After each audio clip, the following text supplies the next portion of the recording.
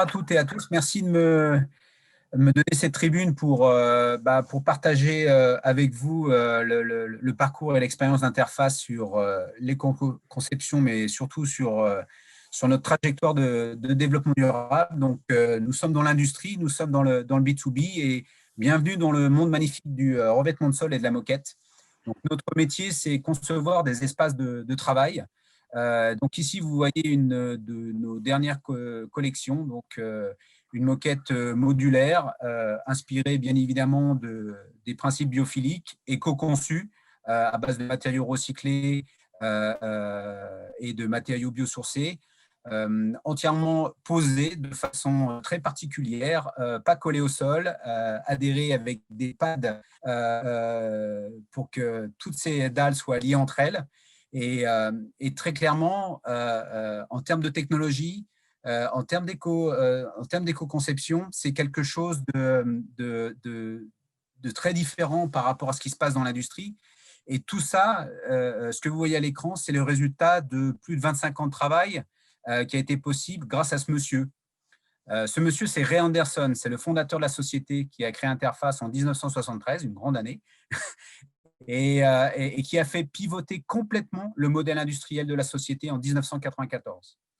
Nous sommes un groupe américain, donc on raconte bien les histoires, et la légende urbaine chez nous veut que Ray Anderson ait perdu un appel d'offres en Californie, justement dans le début des années 94, et qui a questionné le fait que faisait Interface pour l'environnement. Prenons-nous en compte les impacts environnementaux de notre activité industrielle, et notre CEO fondateur n'a pas su répondre à ça. Et il y a eu un moment clairement de questionnement profond, de remise en cause radicale, et qui a mené Ray Anderson à définir clairement une nouvelle route pour la société, avec ce que les Américains appellent si bien un moonshot, c'est-à-dire on vise la Lune. Et Ray Anderson, dès le début, en 1994, a emmené toutes les équipes vers une vision à l'horizon 2020, donc voilà, cette année, où on devait ne plus faire de mal à la planète et ne plus extraire les matières comme on le faisait avant. Très clairement, de 1973 à 1994, Interface a pollué la planète. Ray Anderson, et c'est la première étape fondatrice, a partagé ça. Et il a clairement dit, nous sommes une partie du problème, nous devons devenir une partie de la solution. Et ce problème, on va se le poser de façon exhaustive, complète, radicale et honnête vis-à-vis de nous, en faisant une première étape fondatrice sur l'analyse du cycle de vie de nos produits, l'évaluation de nos impacts et de nos bilans carbone. Et bien évidemment, en 1994, aux États-Unis, quand vous vous lanciez dans une démarche de développement durable, de perspective circulaire et d'éco-conception, eh bien, il n'y avait personne pour vous aider. Donc, ce qu'a fait Ray Anderson, il a, dans un premier temps, vulgarisé le sujet. Il était hors de question de mobiliser toutes les équipes sur différentes thématiques, sur différents objectifs. Très clairement, il a synthétisé ça. Il a dit aux équipes, on va pivoter complètement, ça va nous prendre du temps, on va travailler sur le temps long. Par contre, sachez qu'il y a besoin de la mobilisation de tout le monde. Il a formalisé ça avec le petit graphique que vous voyez derrière, qui s'appelle le Mount Sustainability, donc la montagne de développement durable qui proposait de gravir ensemble. Et pendant 2 ans, il a fait appel à des conseils. Donc voilà, ce monsieur-là, c'est Paul Hawken, qui a écrit The Ecology of Commerce. Donc si ce n'est pas encore votre livre de chevet, s'il vous plaît, achetez-le, pas par Amazon, mais achetez-le dans votre petit libraire du coin, et ce sera extrêmement inspirant. Donc Paul Hawken a travaillé avec Ray Anderson. Paul Hawken est toujours advisor au board d'Interface. Il a travaillé également avec cette dame qui est extraordinaire, qui s'appelle Janine Benyus, qui est la dame qui a inventé le mouvement de biomimétisme. Donc ces deux personnes ont vraiment challengé Ray Anderson dans le plus profond de sa culture industrielle, d'ingénieur, pour lui dire les enjeux sont là, les enjeux sont ailleurs, il faut se poser les vraies questions en toute honnêteté. Et ces questions-là, il les a formalisées sur ces 7 thématiques qui ont pris 2 ans à mettre en place. La feuille de route interface, donc de 94 à 96, avec ses travails en équipe, avec ses advisors externes, pour redéfinir le modèle. Donc, cette feuille de route, vous la voyez, ça date de 1996 et c'est toujours d'actualité chez nous. Donc, vous voyez des termes comme closing the loop au milieu. Aujourd'hui, ça s'appelle de l'économie circulaire. Eliminate waste, banning emission. Donc, ça, c'est bien évidemment toutes les émissions du fait de l'activité industrielle. Tout de suite, cette approche, pas simplement sur l'activité industrielle, mais sur toute la chaîne logistique, toute la supply chain. Et c'est la clé du succès. Un des clés du succès, de se dire, on regarde le cycle de vie, mais on regarde le cycle de vie de nos produits entiers. Et tout de suite, on met autour de la table tous nos fournisseurs. Parce que si on parle de cycle de vie, si on parle de bilan carbone, il faut que tout le monde soit impliqué en amont sur les fournisseurs de matières premières et en aval jusqu'au dernier kilomètre pour la logistique. Donc, bien évidemment, c'est un travail énorme qui doit être mis en place. Il faut absolument partager les enjeux. Il faut que tout le monde soit au même niveau de connaissance de ce que c'est le développement durable, ce qu'est l'économie circulaire. Et l'économie circulaire, c'est très simple, c'est quelque chose qui n'est pas linéaire. Donc, de 73 à 94, l'activité économique d'interface est très take, make, waste. Je prends des matières premières, je produis et je génère des déchets. Faire ça et le rendre circulaire, c'est tout simplement que le point A de départ et le point B de fin de cycle de vie sont concordants. Donc, vous devez de prendre en compte tout ce cycle de vie pour les développements de vos produits, pour chaque nouveau développement, et au-delà de l'éco-conception de vos produits, de devenir éco-concepteur de vos process technologiques et éco-concepteur de votre modèle économique. Et je vais le détailler dans la suite. Donc, 2 ans de travail, des équipes en interne sur des choses simples, analyse de cycle de vie, évaluation des bilans carbone, et on travaille sur les impacts à partir de ces objectifs. Ce qui permet de suivre sur le long terme. Là, vous voyez les résultats atteints par interface en 2019 vis-à-vis du point zéro en 1996. Ça veut dire quoi? Ça veut dire que dans l'entreprise, pendant 25 ans, les objectifs et les KPI, les indicateurs n'ont pas bougé. Aujourd'hui, en 2020, à la fin de la mission zéro, on sait qu'on a réduit de 96% nos émissions de gaz à effet de serre. On sait qu'on a réduit de 74% nos bilans carbone de nos produits et qu'on est sur un usage de matériaux recyclés et de matériaux biosourcés de plus de 60%. Donc, on est sur le temps long. Certes, on est dans l'industrie lourde, mais un des enseignements majeurs, c'est qu'on doit travailler sur le temps long.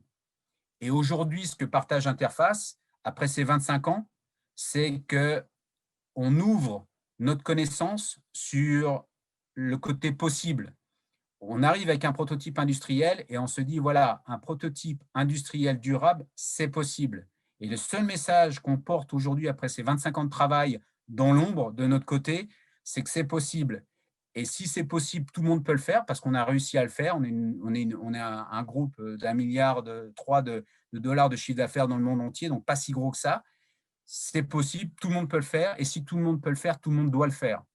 Parce qu'entre-temps, depuis 1994 jusqu'en 2020, il y a des enjeux différents qui sont apparus, et notamment le réchauffement climatique. Donc, on a rapidement aussi promu sur le marché, vis-à-vis de nos clients, des thématiques sur le bilan carbone. Oui, tous nos produits sont neutres en bilan carbone, et on leur explique pourquoi, et on leur explique comment.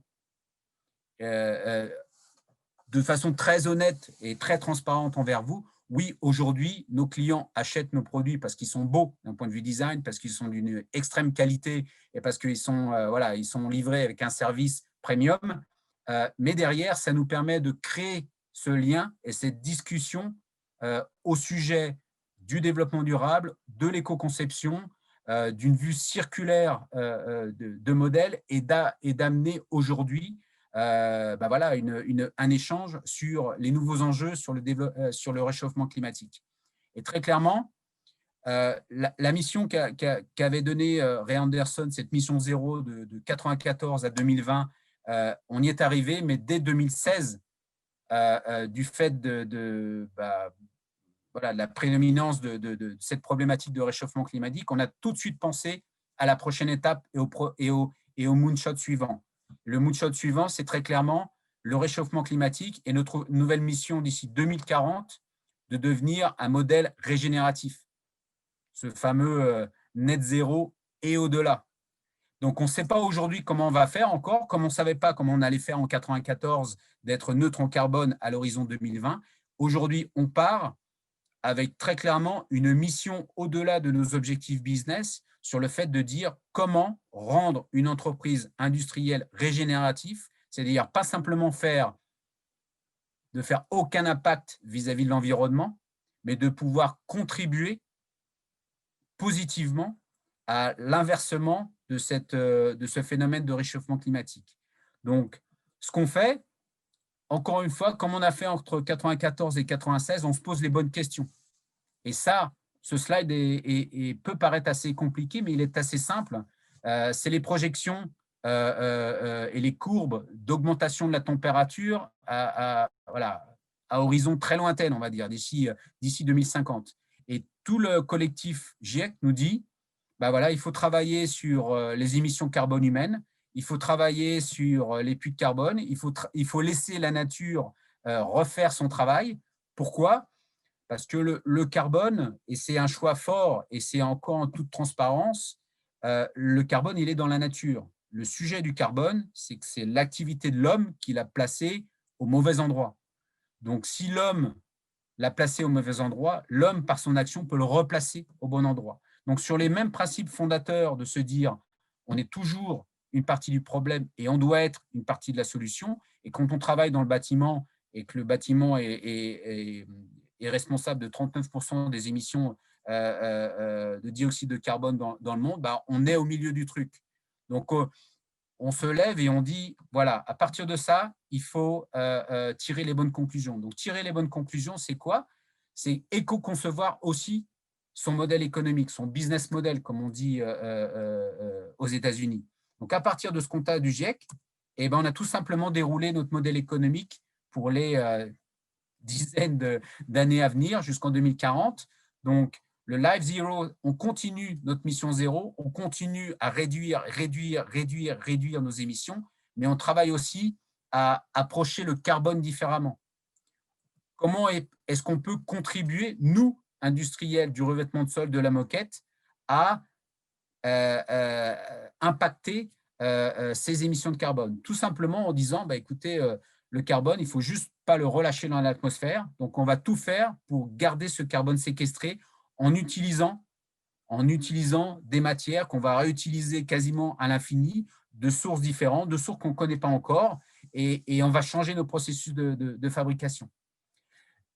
C'est un des enseignements majeurs côté interface, c'est qu'on n'est pas du tout dans l'amélioration continue, on n'est pas du tout dans les petits pas, on est sur des grands sauts tous les 5 ou 8 ans, on casse tout et on recommence.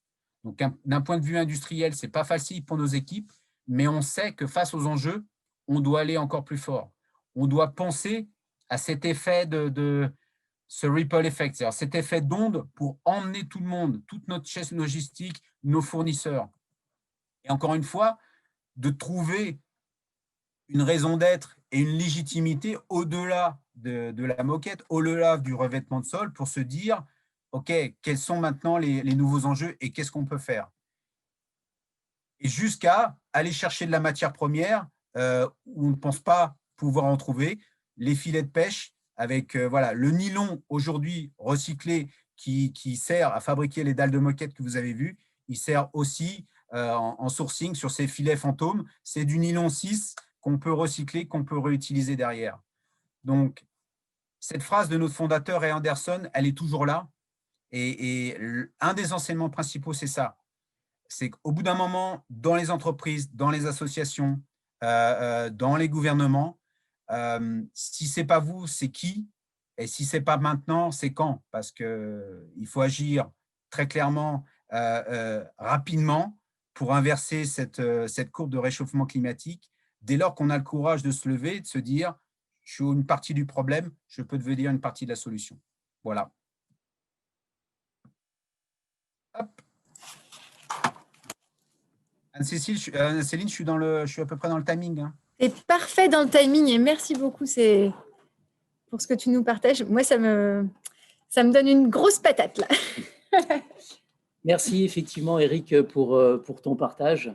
Alors, vous l'avez compris, je pense qu'on aura déjà beaucoup de questions à ce niveau-là, c'est super. Vous l'avez compris, de toute façon, le parti pris qu'on a eu sur ces afterwork, c'était d'avoir un binôme d'intervenants avec un référent du sujet en dehors de l'écosystème AFM et puis effectivement un référent du sujet à l'intérieur de l'écosystème AFM. Et donc, pour ce soir, on a le plaisir également d'avoir avec nous Raphaël, qui va nous partager l'expérience et l'ambition de Decathlon. Raphaël, je te laisse la parole. Merci. Alors, hop, je vais me mettre en présentation.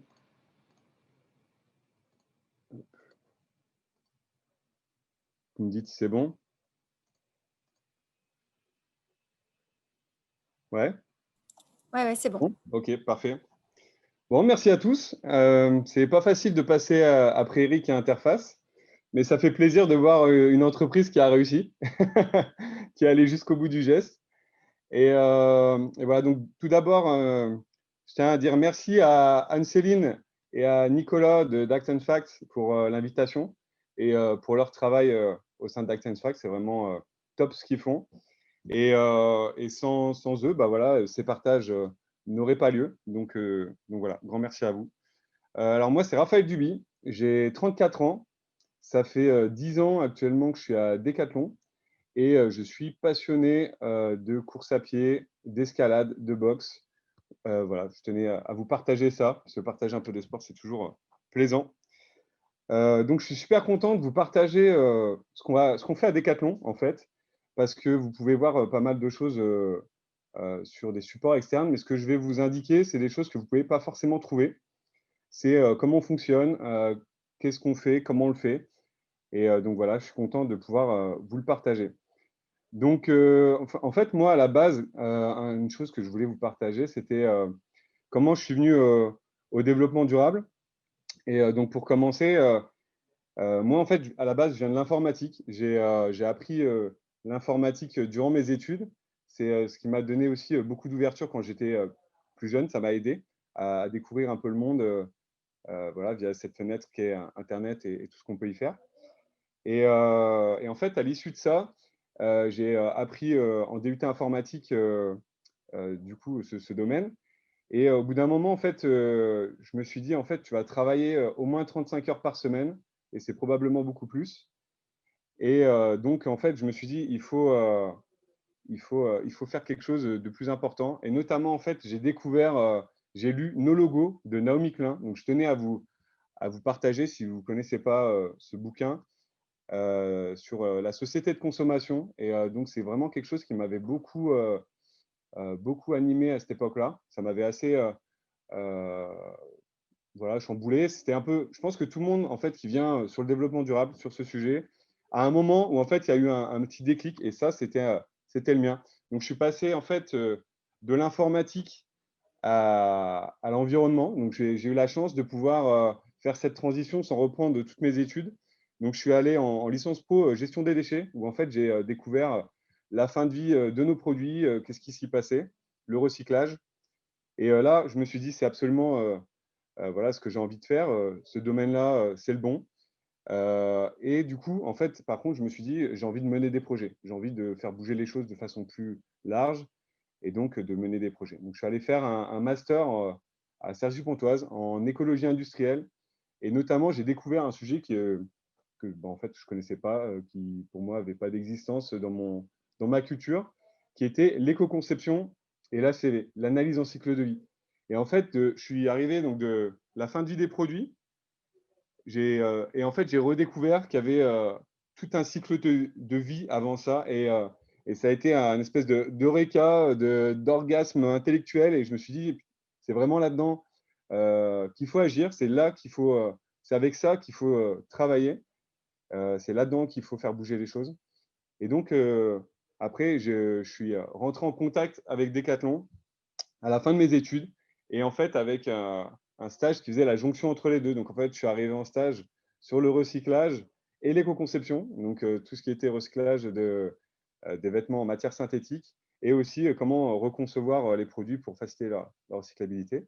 J'ai bossé un peu sur l'innovation. Après, je suis allé chez Soloniac parce qu'en fait, il y avait un leader qui souhaitait avancer sur le développement durable. Je suis parti pour 6 mois, je suis resté 1 an et demi.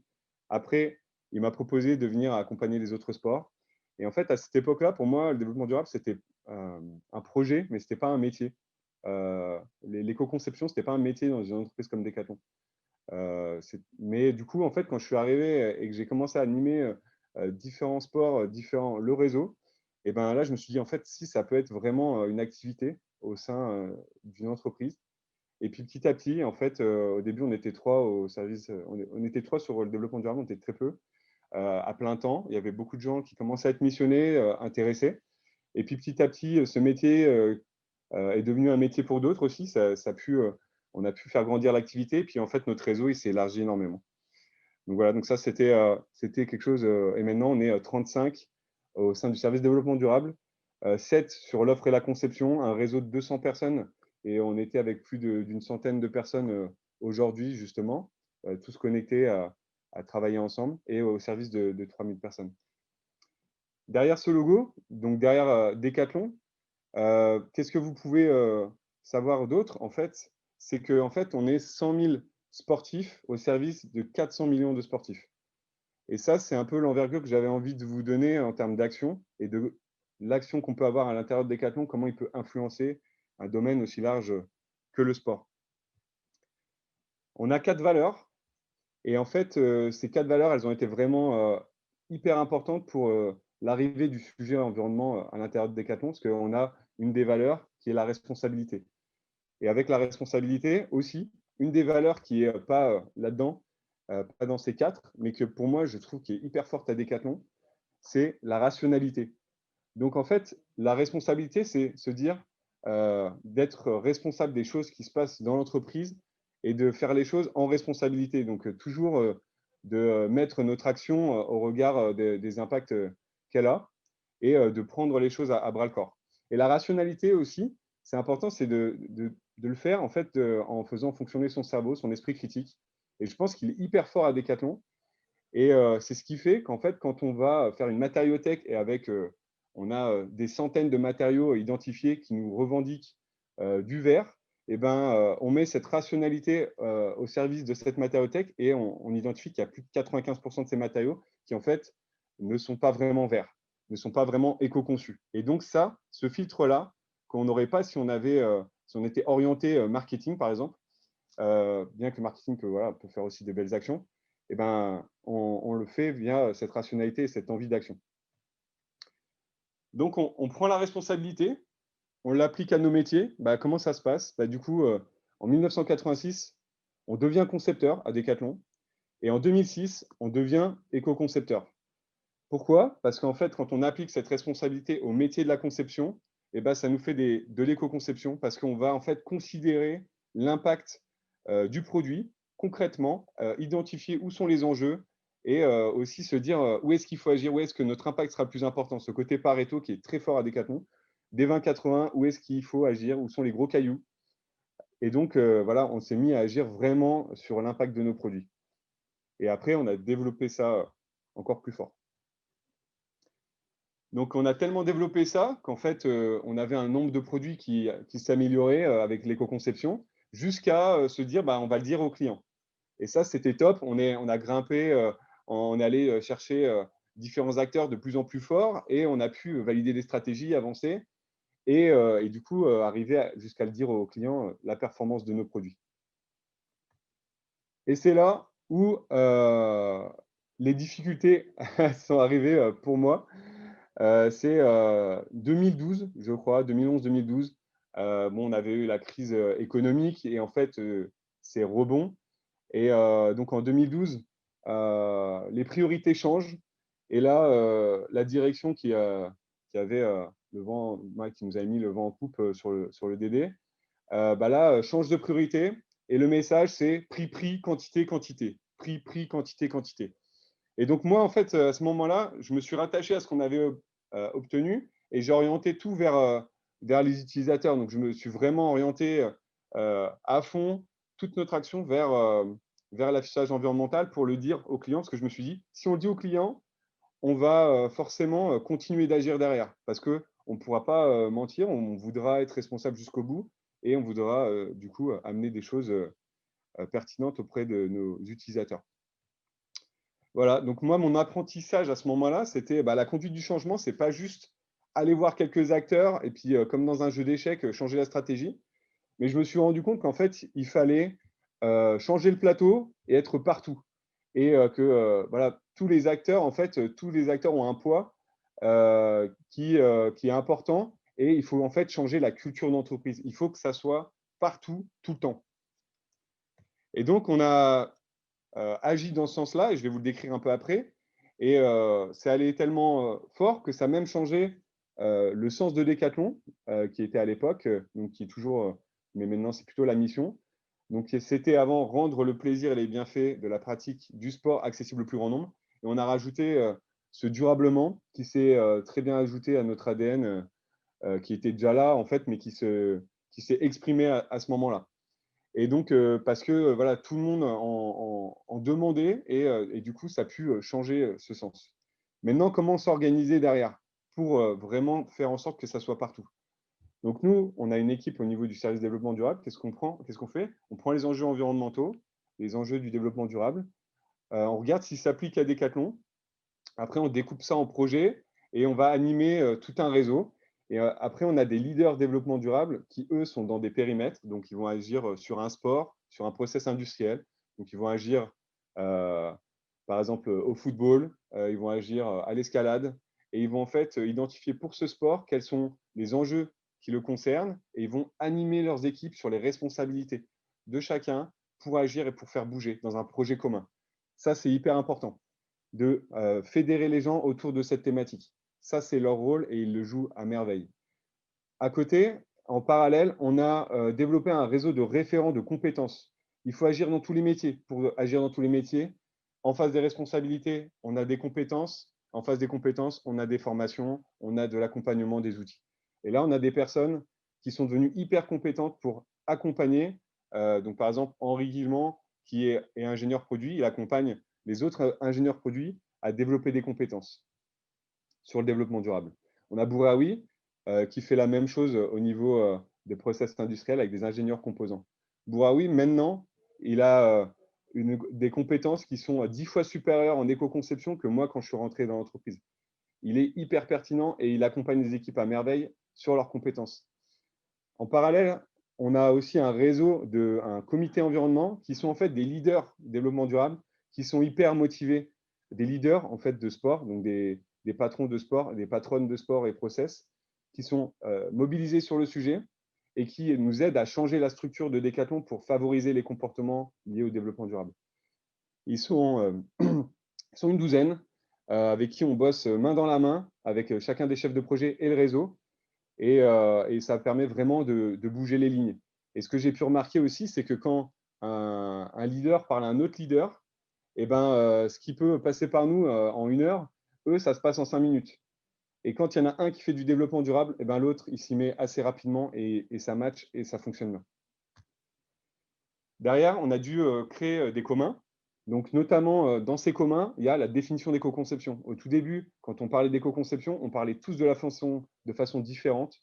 On avait 1 million de pictos différents. Et au fur et à mesure, en fait, on a standardisé une prise de parole, des définitions et des actions.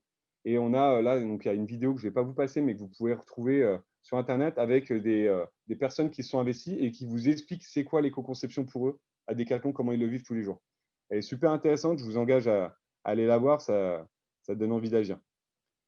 On a aussi un point qui est important qui est sur ce sujet, c'est qu'en fait, c'est un sujet qui est mouvant et c'est très, très compliqué, du coup, en fait, de s'investir si on n'est pas agile. Donc, en fait, quand on agit, il faut essayer d'avoir toujours en tête les étapes d'après et de faire une filiation entre les actions Notamment, en fait, pendant longtemps, on a animé des critères qualitatifs et puis petit à petit, on en est venu à agir de façon quantitative, à pouvoir chiffrer, mesurer. Mais il y a encore deux mondes qui coexistent. Et du coup, ce qu'on a accompagné, c'est vraiment cette transition de l'un à l'autre pour faciliter la continuité dans l'action et pas chambouler non plus tout le travail des équipes. Et donc, cette continuité, elle est aussi importante dans un mode de travail dans un domaine qui est en apprentissage permanent. On a des réussites. Du coup, à Decathlon, le textile, c'est important. Donc, comme vous avez vu, la polaire recyclée qu'on a fait, bah, petit à petit, on a continué à avancer. On arrive même à avoir du coton recyclé, ce qui était techniquement un peu plus compliqué. Et maintenant, ces matières qui pouvaient parfois être en faible quantité, maintenant, sont vraiment font partie des produits majeurs et l'offre augmente énormément. Du textile, des chaussures, on arrive à éco-concevoir sur plein de typologies de produits et même du matériel, ce qui est parfois plus compliqué parce que quand on s'éloigne un peu de son métier initial ou de ses compétences premières, parce qu'il y a des domaines où parfois c'est plus compliqué, par exemple la nutrition, si ce n'était pas un métier premier à Decathlon, et ben maintenant on est en train de commencer à éco-concevoir des produits alimentaires, à se dire quels fruits on va choisir pour avoir les bonnes caractéristiques et en même temps réduire l'impact.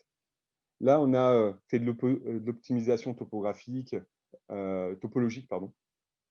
On a changé les traitements de surface, optimisé la matière. Donc tout ça, on peut le faire parce que c'est notre apprentissage et notre métier qui nous a permis de le faire. Et donc, dans cette courbe en fait, de l'éco-conception, donc on a bien les composants et au début, on ne change pas trop le produit, il est un peu comme avant. Puis petit à petit, on va prendre l'éco-conception, mais aussi changer l'usage jusqu'à passer sur de l'économie de la fonctionnalité et aboutir aussi à des choses qui sont comme changer le sport. Ça, c'est des choses qui sont en train d'arriver. C'est-à-dire quand on commence à aller de plus en plus loin dans l'éco-conception, l'analyse de la pratique, du cycle de vie, et en fait, on vient ajouter l'usage dans ce cycle de vie, et ben, on en vient à changer le sport. Et là, par exemple, le tir sportif avec des plombs, avec des produits sécuritaires qui sont compliqués à gérer, qui sont voilà, qui permettent pas une ouverture du sport plus importante, et ben, on va redesigner ça pour réduire tous ces impacts et changer le sport. Voilà, eh ben, je pense que je vous ai dit quelques éléments pour vous aider à comprendre un peu plus l'action à Decathlon. J'espère que ça vous a aidé. Merci Raphaël pour tous ces éclairages. On a déjà beaucoup de réactions sur le chat, enfin, notamment sur l'outil Klaxoon, donc 26 questions qui étaient posées. Et il y en a une qui revient de façon assez régulière, qui est particulièrement likée, et qui s'adresse à vous deux, en fait, Eric comme Raphaël, potentiellement. Comment ont réagi les actionnaires à l'époque de la mission zéro? Au tout départ, comment ça se passe avec les actionnaires quand on lance une démarche comme ça? Raphaël, je commence, je te passerai le relais derrière. Donc, ils réagissent mal. Ça, c'est la première. Voilà. Et ils réagissent toujours mal. En tant que cadre dirigeant, mon seul écueil aujourd'hui, c'est l'injonction contradictoire entre ce que l'on fait nous aujourd'hui et ce qu'on attend de nous au résultat trimestriel. On est coté au Nasdaq. Le capital est quasiment au flottant au maximum. Donc, les analystes financiers ont du mal à être sensibilisés au fait qu'on ait une mission supérieure à nos objectifs. Donc, ça ne se passe pas bien. La seule digue, c'est d'avoir un board qui est intimement ancré dans l'indépendance, dans l'héritage de Ray Anderson, qui est décédé en 2011. Et voilà, nos CEO n'ont pas besoin de courage pour monter au créneau, pour leur expliquer tous les trimestres qu'on est différent des autres, mais qu'après le call investisseur, on est comme les autres. Donc ils fracassent notre action parce que sauver la planète, ça va 2 minutes. Ils veulent surtout avoir bottom line en bas, le revenu. Donc, c'est dur, mais chez Interface, ça a été possible. Je sais qu'on a un public assez varié, mais dans tous les échanges que je fais, les keynotes, j'ai de gros parallèles avec les ETI, par exemple, les entreprises de taille intermédiaire, notamment à capitaux familiaux, parce que si je fais le parallèle avec avec Ray Anderson, qui est le fondateur de la société, qui a été le CEO de la société et donc qui a emmené le board avec lui. On a toujours ce soutien du board et on arrive à faire abstraction des attentes des investisseurs. Voilà, des investisseurs, mais vraiment institutionnels qui sont au flottant. Les autres savent ce qu'on fait. Les autres savent que on est différent. Donc, on dépense énormément d'argent pour changer nos processus de fabrication et faire les choses différemment. Donc, on prend beaucoup de risques, bien évidemment, à faire des choses nouvelles. Comme lui disait Raphaël, on a aussi réussi parce qu'on a commis beaucoup d'erreurs. Et sur 25 ans, on peut en commettre pas mal. Mais les actionnaires, c'est pas facile. Voilà. Et pour être tout à fait transparent avec vous, c'est un de mes sujets trimestriels. Super, merci beaucoup. Raphaël, tu veux prendre la parole sur cette question aussi? Ouais, carrément. Alors, en fait, c'est la mieux placée pour pouvoir répondre à ça serait Isabelle, qui est ici, qui est leader développement durable pour Decathlon et qui bosse main dans la main avec les actionnaires. Notamment, on a un comité de transition qui permet de rassembler et notre direction et les actionnaires pour travailler ensemble à la transition de l'entreprise.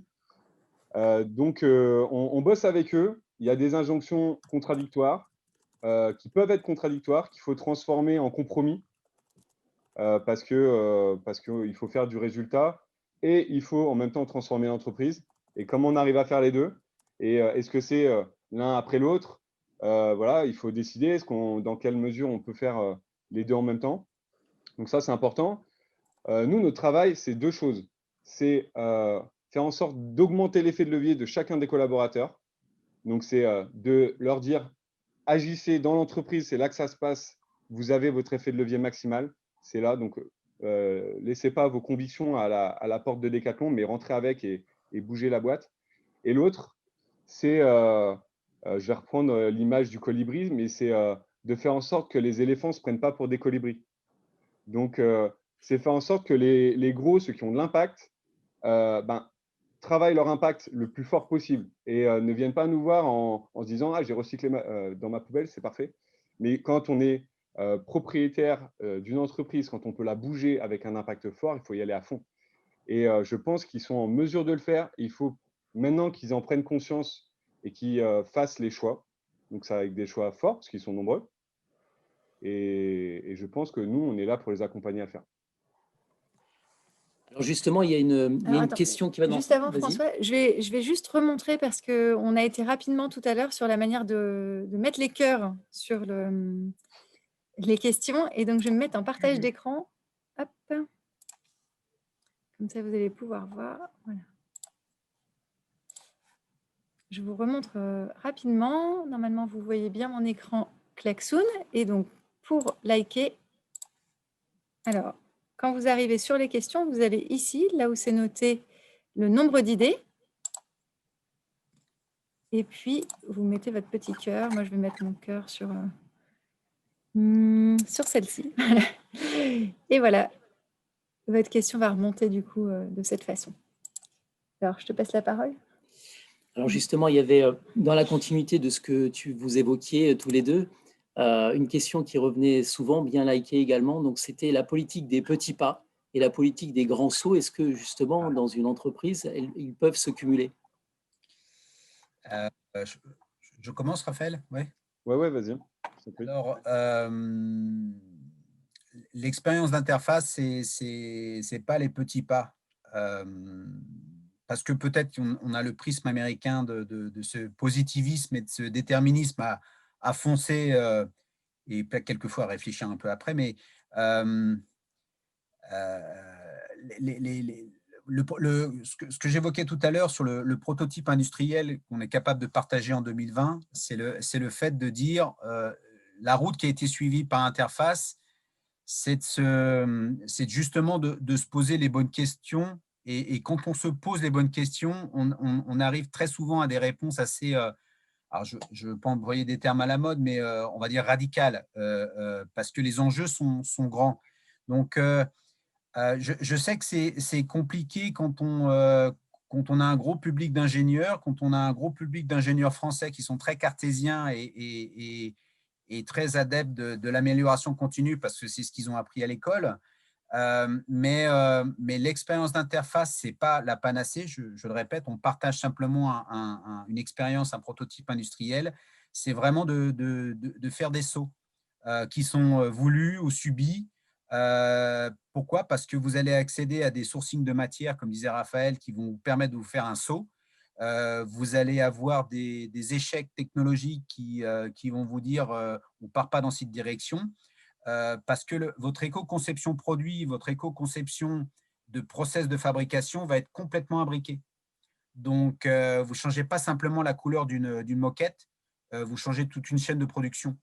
Donc, il y a une expérience notoire chez Interface où, en 1996, quand Ray Anderson va voir notre fournisseur principal de fils pour fabriquer la moquette, qui est à l'époque un fil polyester, qui s'appelle Dow Chemical aux États-Unis. Donc, vous imaginez le moment de solitude de demander à Dow Chemical de la fibre recyclée en petite quantité, éco-conçue et sourcée localement. Donc, évidemment, on s'est fait virer. Donc, il faut rechercher un fournisseur. Toute l'équipe Interface se dit comment on peut chercher un fournisseur. Donc, il trouve un petit fournisseur textile au fin fond de l'Italie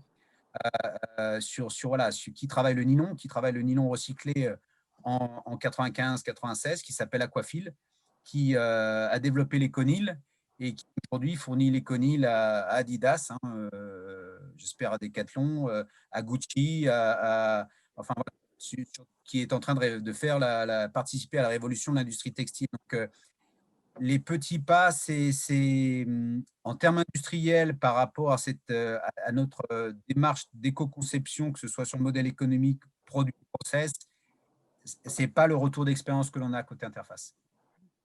Merci beaucoup. Du coup, moi, pour plus l'expérience Decathlon, du coup, c'est vrai qu'on est confronté à ce truc-là, des petits pas versus les grandes actions. Et est-ce que plein de petits pas, finalement, ça va changer le monde? Alors moi, je dirais que ces petits pas, en fait, ils sont OK si en fait, si en fait on prend les grandes actions et qu'on les découpe en petits morceaux. Et si c'est dans ce sens-là que c'est fait, oui, les petits pas, en fait, ils permettent du coup de faire ce changement nécessaire et plus large. Et il y a aussi un truc, c'est de coordonner les petits pas ensemble dans un plus grand schéma. Et je crois que c'est l'effet d'aubaine, ça s'appelle en économie. C'est quand deux personnes, si appuyées séparément, ont une action, mais si elles se coordonnent, il y a un effet supplémentaire qui s'appelle l'effet d'aubaine. Et je pense que ça, c'est quelque chose qui est important quand on met 100 personnes qui tirent en même temps, on peut lever une obélisque et on ne pourrait pas le faire s'ils étaient chacun à pousser dans son coin. Donc ça, c'est un effet important qu'il faut essayer de générer dans l'entreprise et donc de connecter les gens pour qu'ils puissent agir tous dans un sens commun, quoi. Super. Merci beaucoup, Raphaël. Merci, Eric. Alors, on a une question qui remonte beaucoup sur comment bien communiquer vers les consommateurs sur les produits éco-conçus versus greenwashing. Est-ce que l'un de vous a envie de démarrer? Alors, si c'est consommateur, c'est pour Raphaël, mais si c'est client, je donne une petite partie d'une réponse côté client professionnel et après Raphaël, je passe le relais. Il est primordial de vulgariser, c'est-à-dire de simplifier. La communication, donc la compréhension du récepteur de votre message, il doit être le plus simple possible. Les enjeux, la problématique est tellement compliquée que votre job, c'est faire simple. C'est pour ça que chez Interface, j'espère que vous avez senti dans ma présentation, nous, on a choisi le carbone, enfin le dioxyde de carbone. Le carbone, c'est le terme anglo-saxon. On a choisi ça, c'est notre ligne directrice et on explique toute notre histoire, nos actions vis-à-vis d'un seul angle d'attaque pour que ce soit très vulgarisé. Que ce soit en externe vis-à-vis de nos clients, bien évidemment, qui se demandent par quelle bouche je prends le truc, qu'est-ce qui se passe, c'est quoi l'année cycle de vie, comment je remplis mon questionnaire RSE, enfin tout ça. Et nous, on dit, voilà, si c'est l'angle carbone, vous pouvez attaquer par cet angle et après répondre à ces questions. Et il y a beaucoup d'explications qui viennent et il y a surtout énormément de temps à passer à expliquer les choses. Donc, ne sous-estimez pas le temps que votre force commerciale, chez Interface Force de Prescription, nos chargés d'affaires passent plus de la moitié de leur temps à expliquer les thématiques et à expliquer ce qu'il y a dans les fiches techniques, puisque nous mettons nos bilans carbone dans les fiches techniques. Et donc, il faut prendre le temps de la pédagogie en vulgarisant et en simplifiant peut-être à l'extrême un sujet. Et voilà. Et ça, entre professionnels, B2B, ça prend déjà du temps. Donc, côté consommateur, Raphaël, je ne sais pas ce que tu fais. Ouais, du coup, alors qu'est-ce que je pourrais ajouter là-dessus? Alors déjà, je crois qu'il y a des personnes du réseau qui sont présentes. Donc, s'il y a des questions auxquelles les personnes du réseau Decathlon souhaitent répondre, n'hésitez pas à répondre en live. Donc, sur la partie contact avec l'utilisateur et le consommateur, je pense qu'une chose simple, pendant très longtemps, c'était vivons heureux, vivons cachés. Hein, tous ceux de l'AFM connaissent bien ce dicton, parce qu'on l'a appliqué pendant des années. Nous, notre rôle, c'était un peu de s'exposer un peu plus et de dire ce qu'on fait, tout simplement. Pas dire qu'on sauve le monde, mais dire, voilà, telle action, on l'a fait sur tel produit, d'informer sur l'impact des produits, d'être le plus transparent possible et surtout d'avoir une information qui permet d'agir aussi et d'impliquer sans se déresponsabiliser. Donc, c'est-à-dire fournir une information au client pour que lui puisse agir durant son acte d'achat, fournir une information à l'utilisateur pour qu'il puisse, durant la pratique, faire des choses plus vertueuses. Dire ce qu'on fait en production, expliquer comment est fait le modèle industriel, quelles sont les difficultés qu'on rencontre. Voilà, c'est des choses, je pense, qui sont intéressantes à partager aux clients, avec un escalier pour expliquer à la personne qui a 10 secondes et qui veut savoir lequel est le meilleur entre deux produits, et celui qui veut prendre 35 minutes, 1 heure, pour comprendre comment ça fonctionne derrière et c'est quoi la production d'un produit. Et sur ce point, je vous invite à regarder, on vous partagera la présentation de Raphaël dans laquelle il y a les vidéos et qui explique du coup très bien, et c'est les vidéos qui sont communiquées à vos clients justement. Et on a un site qui s'appelle engagement.decathlon.com, un super site qui a été fait par notre équipe communication. Grand merci à Marie Chailloux pour tout ce travail et Camille et ainsi que toute sa team. Donc voilà, petite dédicace. Dans le prolongement, il y a une question qui revient aussi fréquemment par rapport à cette notion de responsabilité. Est-ce que vous avez renoncé à des opportunités commerciales pour justement préserver la planète? Alors, je prends donc. Alors, on refuse des opportunités commerciales au sens très large, c'est-à-dire aussi au niveau chaîne d'approvisionnement et supply chain.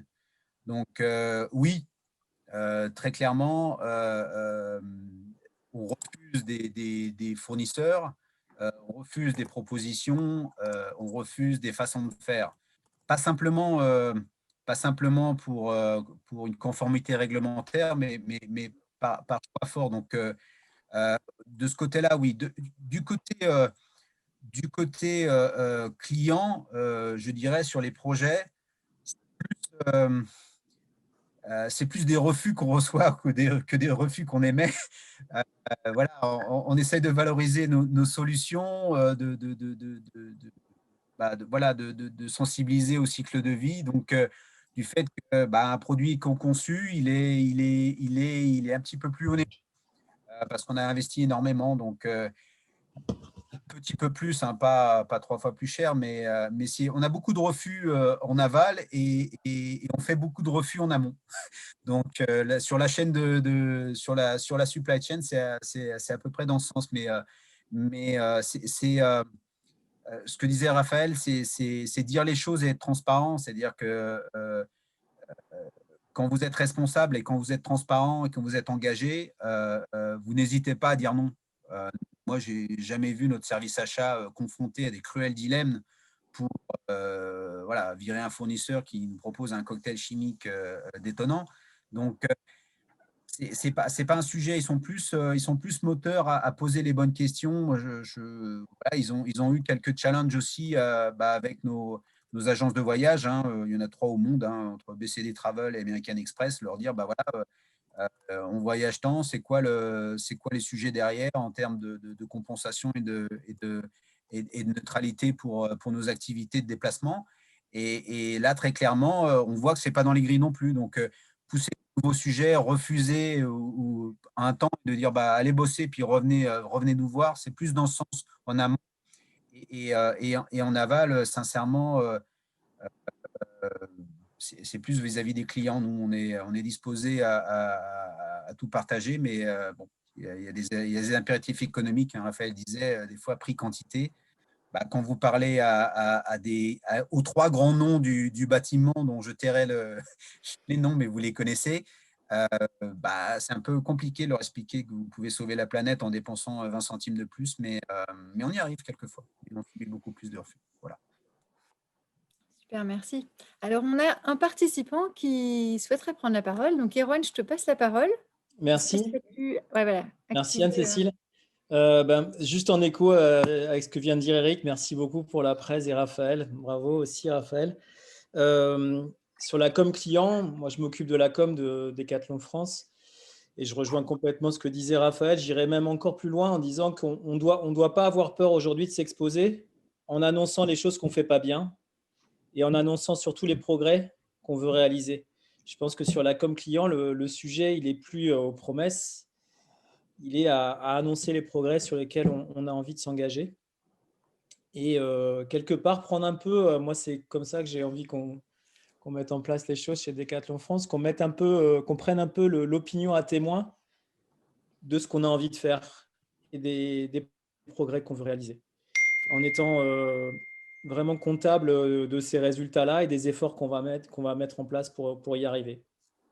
Et je trouve que c'est dans ce dialogue-là d'exigence et de bienveillance qu'on doit traiter la communication désormais.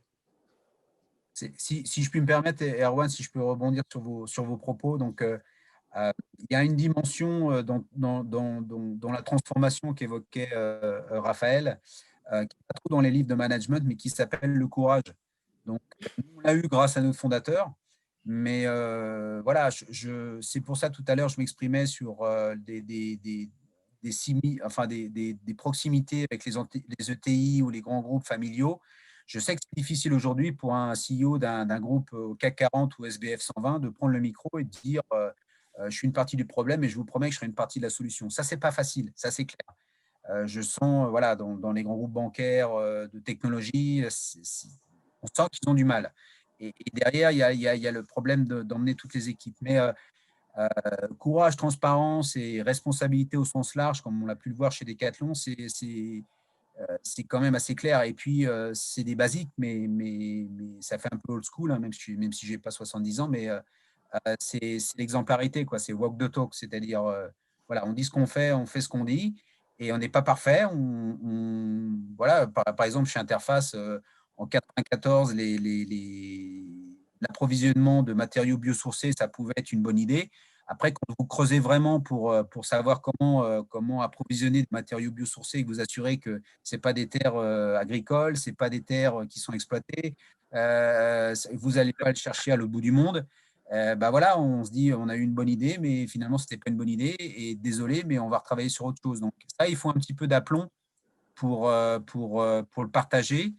Et je pense qu'il y a la reconnaissance de dire, bon, vous n'êtes pas parfait, on n'est pas parfait. Et par contre, on essaye de s'attaquer au vrai sujet. Voilà.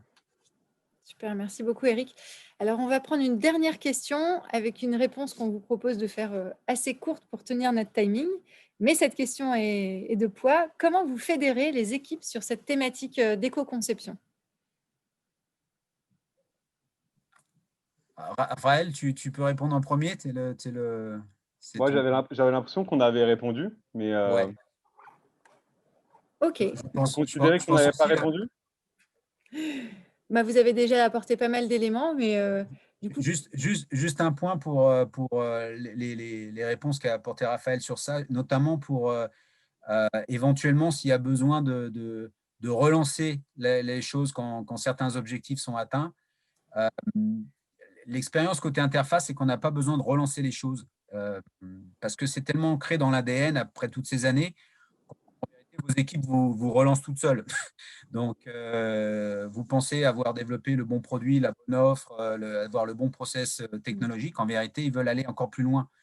Donc, il y a une fois que c'est naturel, une fois que c'est évident et que ce n'est pas un objectif managérial, la relance, elle se fait automatiquement parce que la prise de conscience, elle est collective. Donc, et je vous parle collective du CEO à la personne sur chariot élévateur qui va charger la palette dans un camion voilà, en respect de toutes ces personnes. Mais chacun sait pourquoi il contribue et chacun sait pourquoi il a envie de faire plus. Et la relance, elle est quotidienne et automatique. Elle est un peu fatigante pour les managers et les dirigeants parce qu'on est beaucoup sollicité pour faire plus, pour faire mieux. Mais voilà, de ce que je vois, ce que j'ai compris chez Decathlon. Et l'appétence, elle grandit en faisant aussi. Ouais, Je pense que c'est un truc exactement. qui est… Au début, nous, la première fois, on faisait des évaluations environnementales. Franchement, si j'avais montré ça à des gens qui font vraiment de l'ACV, ils se seraient foutus de ma gueule. Vraiment. Ils auraient dit, mais qu'est-ce qu'il raconte? On a mis quelques éléments pour commencer à mettre des notions. Et en fait, l'appétence, elle est venue au fur et à mesure. Ils nous ont demandé du détail et ils vont de plus en plus loin. Les actions, elles vont de plus en plus loin. Et c'est ça aussi qui motive au fur et à mesure, c'est qu'on est capable d'aller de plus en plus en profondeur sur les sujets, d'aller attaquer des nouveaux sujets, de les attaquer de mieux en mieux, avec plus de monde. Et ce qui fédère, après, c'est quand il y en a qui réussissent. Et puis le sens du sujet, il fédère parce qu'on a tous envie de bouger les choses, quoi. Exactement.